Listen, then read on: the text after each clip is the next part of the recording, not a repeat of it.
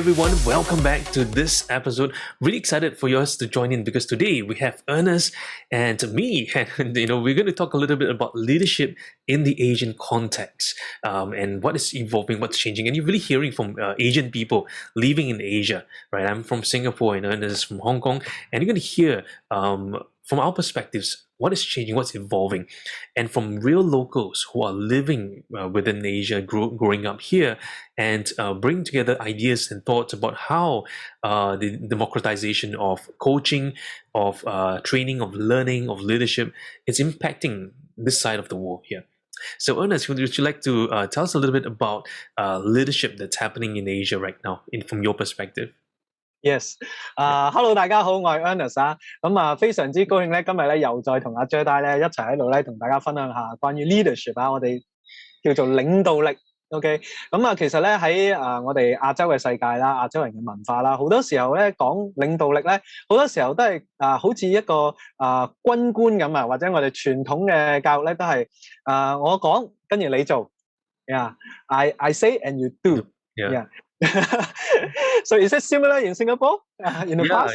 Yeah. It's traditionally, if I'm the boss, 我说的一切都是对的 right? Whatever I say, it's correct. So if I'm the boss, my word is the best word. And in fact, here in the Asia context, from where I grew up in, even today, we have what we call a yes man culture. 老板所说的是对的，所以我们只讲对，是 right? Which means that we are yes or yes man. So it's something that's proliferating across different hierarchies, and it's frustrating a lot of people. But yet, many individuals cannot really say much because it will affect their livelihood. It will affect the career progression.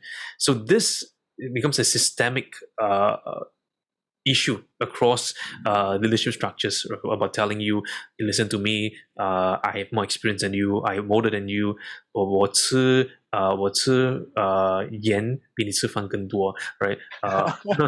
Right. So I eat salt more than you have eat rice, and that's always the context within this culture here, where whoever has more years of experience means they're better, or whoever has more senior position means that they are correct, right? So that has always been the case in Asia. Is it true for you as well in Hong Kong? Yes， 好認同啊！即係咧，頭先你話即係我食鹽多過你食飯啦。咁呢個其實咧，我哋喺香港啊，即係其實電視劇都有經常以前咧都會咁樣講啊。其實事實上我哋現實生活當中咧，或者工作場所裏面咧，好多時候咧都係充斥住呢一種咁嘅氣氛嘅。曾經咧我有個朋友啊，佢同我講啊，佢咧其實咧佢背後咧私底下同我哋傾偈咧，同朋友傾偈咧，其實佢有好多 idea 啊，有好多佢自己嘅諗法喺工作上，或者有好多創意。不過咧喺佢嘅工作環境裏面咧，並唔容許咧佢咁樣去發揮佢自己呢啲咁嘅創意。佢甚至乎咧會形容自己咧就係我喺度咧唯唯諾諾。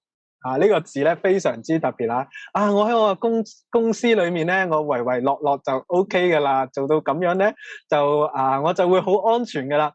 所以呢個心態咧就係好似就係我哋只要咧唔去犯錯啦，或者咧我哋只係聽從我哋嘅上司講，咁我就做啦，咁就算啦。喺呢度咧都值得大家深思一下。其實喺呢個過程當中，可能咧作為一個機構或者你作為老闆，甚至乎你作為 C level 嘅 management 都好啦，其實你會發現，咁樣嘅形式咧，其實可能會令到喺工作場所裏面有好多嘢咧，可能係損失咗喎。例如我頭先所講嘅創意啦，或者一啲新嘅 idea 啦，或者可能有一啲問題，可能係大家冇睇到，但係可能有啲同事可能佢真係睇到，但係如果佢根本唔能夠有機會去講出嚟或者表達嘅話咧，其實好多時候會令到個機構咧出現咗所謂機構上面嘅一啲盲點，或者可能真係出到問題嘅時候咧，大家先知道。Yeah. So what do you think about the traditional leadership? Is what kind of impact will happen? Well, we're living now in the multi-generational organizations. You have individuals who are working even past their 60s and 70s in the organization. So renewal of leadership must happen. So what we've seen so far in organizations is that the older generation are staying for pretty long periods of time. The younger generations are coming in, coming out, and transiting really, really quickly. And that creates an impact in organizational structure, where organizations feel that, the young people cannot stay long. Right. So traditionally, it's that for me to choose you, to promote you, I want to know whether you're going to stay in this organization in the long term. Because if I'm going to spend my time promoting you, if I promoted you, next year you leave, then I have a gap. I need to kind of find the next person. So the traditional sense of leadership, it's always about leadership succession, and but yet power, it's something that people hold closely, right? So if I lose the power, I don't feel recognized. So you find a lot of people in Asia context as well, when they're in a certain position, all of a sudden the power that's on their hands overwhelm their ability to really lead effectively. And that's why today we have this idea of servant leadership, leaders as partners, leaders as coaches, that is coming in, where it's about respecting every individual, helping them to rise. Because the bad behavior demonstrated by a leader oftentimes gets repeated in the next generation downwards, right? I've seen it in the military, I've seen it in the organization, I've seen it in the government sectors as well. It's always like this, right? So and there's always a sense of this is what we call CC and BCC. I'm not sure whether you heard about this before, but in Singlish we call this like how in emails, when I write an email to someone, right? In case my boss thinks that I'm not doing work, I will CC my boss. Right? I'll CC my boss. So every time I do something, I write a reply to Ernest for whatever. I will put CC Ernest. Okay, CC. So if Ernest is my boss, I always CC. Then after that, I may do a BCC. A BCC is to make sure that whoever else must know the information, right? So it's CC in Singlish is called cover kateng, right? Cover your backside. BCC is better cover your kateng, right? Better cover your backside. So it's very funny, so we have what we call an very sophisticated email culture, even in terms of the leadership. And you find that leaders are judging their team members based on the number of email transactions.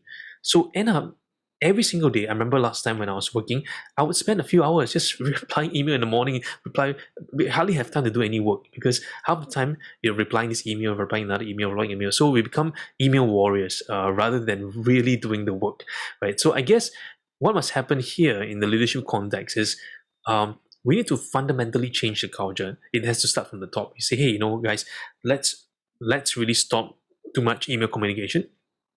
Let's resolve this issue fast and quick.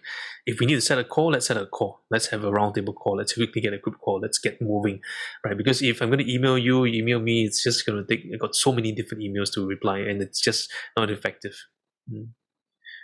Yes，我非常之同意啊。其實嗰個 CC 嗰個 email 嘅戰爭啊，或者呢個 email 咧，其實都係喺香港咧，或者喺我哋身處嘅環境咧，都係非常之 common 嘅呢種狀況。其實好多時候好多即係喺工作場所裏面工作嘅人啦，其實好多時候佢哋會將嗰啲 energy 啊，即係將佢哋嘅自己嘅能量啊、時間啊擺咗喺點樣可以咧係呢個 email 嘅藝術可以做得更加好，又或者點樣可以確保到我自己嘅 power 啦，我自己嘅 position 啦係安全啦、穩陣啦，或者係我想 show 到可能俾我嘅上司啊或者我同事睇到，我係非常之能幹嘅，我係 capable 去做呢啲嘢嘅。但係當講到真係嗰件事情或者真係人同人之間嘅溝通咧，其實花嘅時間或者 energy 咧相對係少好多。呢個咧好多時候就係因為嚟自於我哋傳統嗰種 leadership 嘅嗰種模式大家都係想去保護自己可以咧讓到自己真係可以喺自己工作崗位上面咧係可以繼續確保 sustain 到落去嘅。但係究竟嗰件事情或者嗰啲問題係咪真係能夠處理到或者解決到咧？或者我哋真係有令到嗰件事係更加越嚟越好咧？我哋花幾多心力或者時間喺嗰一度咧？其實呢個咧就會變成一個疑問衍生到就係新一代佢哋都會好 concern， 我嚟到呢個地方工作喺呢個機構裏面，其實我能唔能夠有機會空間發揮到我自己嘅 talents 啦，我自己嘅長處啦，或者我做嘅嘢其實係咪真係俾人睇到啦？係咪真係有真心嘅溝通啦？係真係有一個真實嘅效果可以出到嚟啦。其實呢啲都係新一代嘅而家佢哋希望喺工作場所裏面佢哋都想揾到呢啲滿足感。如果冇呢啲嘅話咧，其實新一代好多時候咧佢哋點解會成日都跳槽或者轉工？其實佢哋好似好唔穩定咁咧。其實係因為喺傳統嘅 leadership 根本就可能俾唔到呢樣嘢佢哋。佢哋睇唔到啊，佢哋有呢種空間。所以好多時候咧，而家我哋講嘅 leadership，如果冇一個好 fundamental 嘅 changes，即係冇一個好根本性嘅一種轉變咧，或者我哋嘅喺機構裏面、組織裏面嘅 leaders，佢哋冇一啲呢一種諗法，我哋要去改變嘅話咧，就會導致到頭先我哋所講嗰啲問題咧，就會繼續持續咁樣發生，或者繼續咧有呢種咁嘅現象喺入邊。So if the organization want to change the leadership style, what do you have any recommendation or good strategy for them? Yeah, I think first thing is for the leaders to come and say, hey, you know what?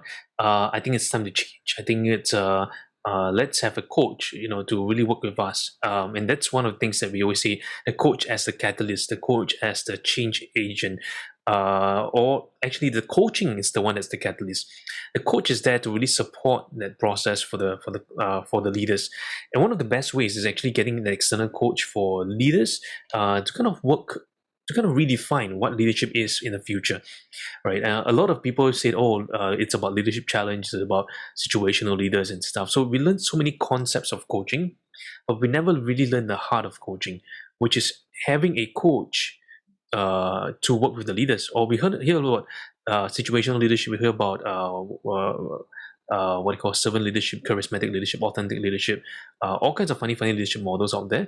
And they kind of repeat the same few things, which is essentially, is the leader able to communicate well, influence well the people, and are people following them for a long-term success, not just a short-term goal, but long-term success, right? So one of the key attributes is that leaders must engage coaches, and that's what me and Ernest do here, right? Well, we work with organizations across different countries in Asia to really help leaders by coaching them. And I encourage you, if you're watching this and you are part of the organization, tell your leaders, say, hey, you know what? Have a call with me and Ernest and say, what can we do to help our people to really scale up and to really develop their leadership skills and their behaviors. Now, when we say leaders, it's not just the senior leaders, but we're saying that even junior leaders, middle leaders, they all need coaches. Where better to find coaches, right? So me and Ernest, we run together coach training programs to help empower leaders, to imbue them with coaching skills, to really help them to learn what it takes to be a leader as a coach. Now, not just lead as a coach. In fact, this is what I really believe in. If leaders are just coaches, it's not going to be effective. In fact, everyone as a coach, it's going to be even more effective, because as a leadership, if now every single person is open to coaching and there's a coaching culture, which means that every single individual person in the organization must learn coaching. They must come and attend our programs, come and learn mastering coaching and our ACTP programs like team leadership coaching, our other programs like cognitive behavioral coaching, or even coaching intelligence, or even executive coaching as well, the programs that we run, to really help every single individual in the organization to become better communicators. Because coaching fundamentally is about conversational mastery. And what we truly believe in the Asian context, is this: there's a shift. We're not trying to be more West. We're embracing our Asian culture, but you want to have an Asian trainer, an Asian coach, not a Western coach or Western trainer, because they may not understand your real culture here. For too long, many Asian countries have relied on the West to kind of teach them. But now, I encourage many Asian companies out there to engage Asian trainers, Asian coaches, because they understand the deep trust. And when the individuals and organizations see an Asian trainer and an Asian coach, they can relate to them much better. Because sometimes, in an organization, we see a lot of the Western trainers, wow, super energetic and everything that is good training. That is not good training. That's just a person being at that state. But the reality of life is this: we're not living at that high energy every single day. We want to help the individual in the organization go through the entire journey, even when times feels very draining, even when times feel very tiring, even when the work seems so much, even when I'm feeling not like wanting to work anymore. Having the coach alongside, partnering alongside with the leadership, partnering alongside with the organizations will truly make a difference. And that's what we're going to do here at HLA as well, CCL, where we really help organizations all around the world to become better at what they do. 非常之同意啊！即係如果我哋每一個人啊，都係好似一個 coach 啊，我哋有呢個 coach 嘅 mindset 嘅話咧，我哋嘅溝通啦，我哋嘅對話咧就會非常之唔一樣。就好似喺 coaching 裏面，其實我哋都會講listening，我哋點樣去聽嘢啦，點樣去將我哋聽到嘅嘢咧係可以更有效咁樣去溝通出嚟。其實呢個咧正正就係咧嚟緊新時代啊，我哋講緊 leadership。一個好根本性嘅轉變，所以歡迎大家咧。如果真係，好想咧有呢個喺你嘅 organisation 裏面，你嘅組織裏面咧，機構或者公司都好啦，NGO 都好啦，你想有一個喺領導力上面有一個真係好大嘅唔同同以往係唔同嘅，甚至乎係令到你哋嘅團隊咧可以有更大嘅進步，同埋大家有更加多嘅 connect 嘅話咧，歡迎你揾我哋啊。Well, yeah, keep in contact with us because this is something really important, right? So if you're watching this and you love this episode so much, give us a thumbs up, hit the subscribe button, and share this with your friends because everyone truly needs to hear this, right? And we are really telling this, right? That it's not just leaders as coaches, but everyone as coaches. It doesn't mean they have to be a professional coach, but what it means is that they can have a buddy coach. They can learn the coaching skills to improve your conversation, one conversation at a time. Right. So this is me, Jedi here at Coaching Changes Life and Ernest, together with me, really having a privilege here. If you'd like to see more of these episodes and you want us to cover different topics, do post a comment just down below, and also let us know, what are some challenges you face in your organization and how can we serve you better. Okay, so until next time, this is Jedi at Coaching Changes Lives, and we have Ernest at Humanistic Leadership Academy, and we'll see you guys really soon.